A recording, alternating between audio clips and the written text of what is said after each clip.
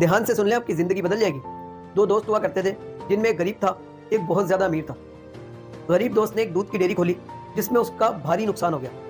और जो अमीर दोस्त था, वो बहुत बड़े घर का था, ऐसे समझो कि उस वक्त के राजा का बेटा।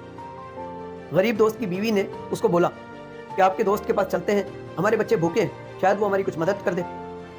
जब वो उस दोस्त के पास गए तो उसने उनका दिल खोलकर इस्तकबाल किया, खूब मेहमान नवाजी की और सुला दिया कि सुबह बात करेंगे। सुबह उसने उठकर अपनी पूरी कहानी सुनाई और बताया कि मेरा इस तरह कारोबार में नुकसान हो गया, तू मेरा दोस्त है, मुझे तेरी मदद की ज़रूरत है।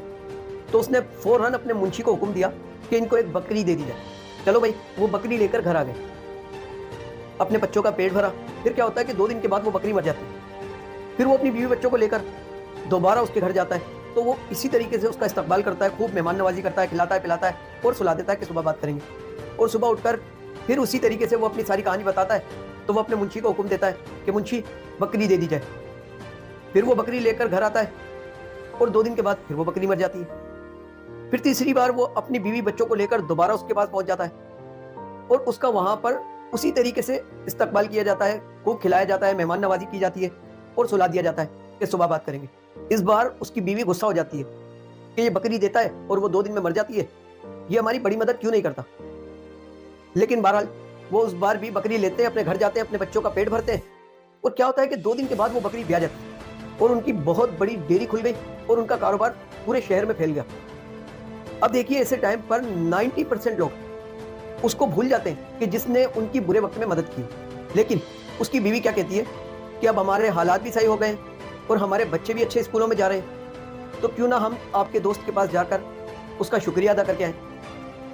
तो वो बोलता है ठीक है।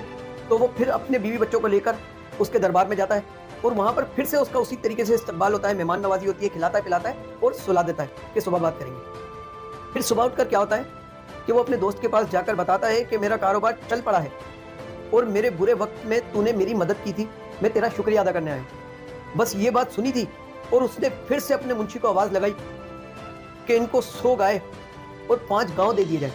बस फिर क्या था, वो एकदम हैरान हो जाता है और सोचने लगता है कि जब मुझे जरूरत थी उस वक्त तो इसने ये सब कुछ नहीं दिया, अब ये क्यों दे रहा है। और वो उस अमीर दोस्त को ये बात बोल देता है। तो क्या खूबसूरत जवाब देता है कि तू मेरा दोस्त है, अगर चाहता तो मैं उस वक्त भी ये सारी रियासत तेरे नाम कर सकता था, लेकिन मैं अगर ऐसा करता तो पूरी रियासत काला कोयला बन जाती।